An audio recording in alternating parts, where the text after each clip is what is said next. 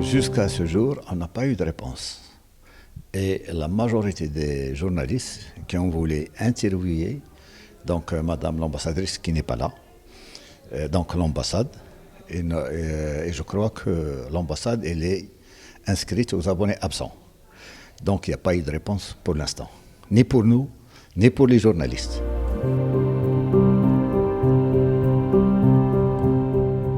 Légalement, oui, et conformément soit à la réglementation marocaine, soit à la réglementation française. D'ailleurs, nos lois sont inspirées de la législation française, soit aux lignes directrices de la protection du consommateur des Nations Unies, c'est-à-dire le droit à l'information. Le consommateur marocain n'a pas été informé, et en plus, c'est-à-dire que le produit, lorsqu'on paie un produit, il doit être restitué, il doit être donné. Dans le cas où il y a refus, s'il y a refus, donc il faut qu'il y ait restitution d'argent.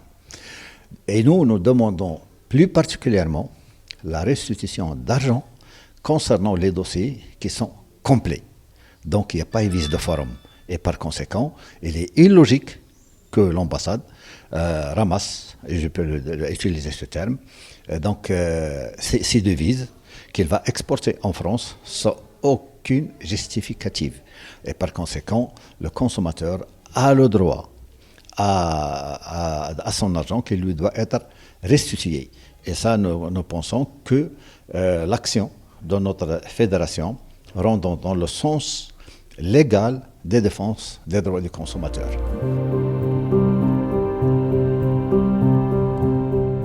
Nous, en tant que fédération, nous avons pensé à cette solution et en attendant la réponse, en fonction de la réponse de l'ambassade, on va agir ainsi. Soit déposer une plainte en France, soit à l'Union européenne. Et comme c'est au Maroc, on ne peut pas le faire puisque l'ambassade c'est un territoire français.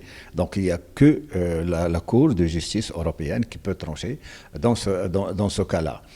Est-ce que le requérant, c'est-à-dire le Marocain, a-t-il le droit? Est-ce qu'il peut intenter la justice marocaine ou française? La justice marocaine, non, parce que c'est un territoire français. Donc il faut qu'il ait un avocat français, il faut qu'il ait le moyen, donc ce qui fait solution impossible. Donc reste le recours aux associations. Et on va aussi demander l'aide, et on a lancé un appel aux pays africains francophones de suivre notre voie et de faire pression sur la France afin que la restitution doit être légale.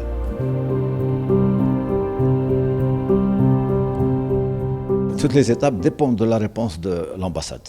Tant qu'on n'a pas reçu de réponse, on ne peut rien prédire. Donc, en fonction de la lettre, c'est normal, qui va être étudiée par nos avocats, et on va donner suite, certainement, parce que l'affaire ne va pas s'arrêter là. C'est un droit, et on peut aller même plus loin, on peut dire que c'est une arnaque, puisque la France, l'ambassade, ils ont un quota. Ils ont diminué de 50%. Alors qu'en réalité, entre 2018 et 2022, le nombre de visas refusés il est de 75%. Vous, en tant que fournisseur, parce que c'est un fournisseur, ils me vendent un service contre de l'argent. Et moi, je suis un consommateur. Sachant que vous ne pouvez me vendre qu'une certaine quantité et vous recevez beaucoup de dossiers. Donc, c'est une arnaque pure et simple.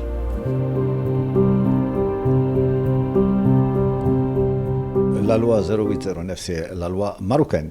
Mais le RGPD, le règlement européen concernant la protection des données personnelles, il le précise bien qu'il y a certaines données sensibles, particulièrement le compte bancaire, votre adresse, votre carte nationale, votre passeport, que nul ne peut détenir sauf les autorités accréditées, mandatées. Et l'ambassade, oui, dans les cadres internationaux, oui. Mais une société intermédiaire, non. Et on a eu une plainte, c'est-à-dire que ces données personnelles ont été utilisées.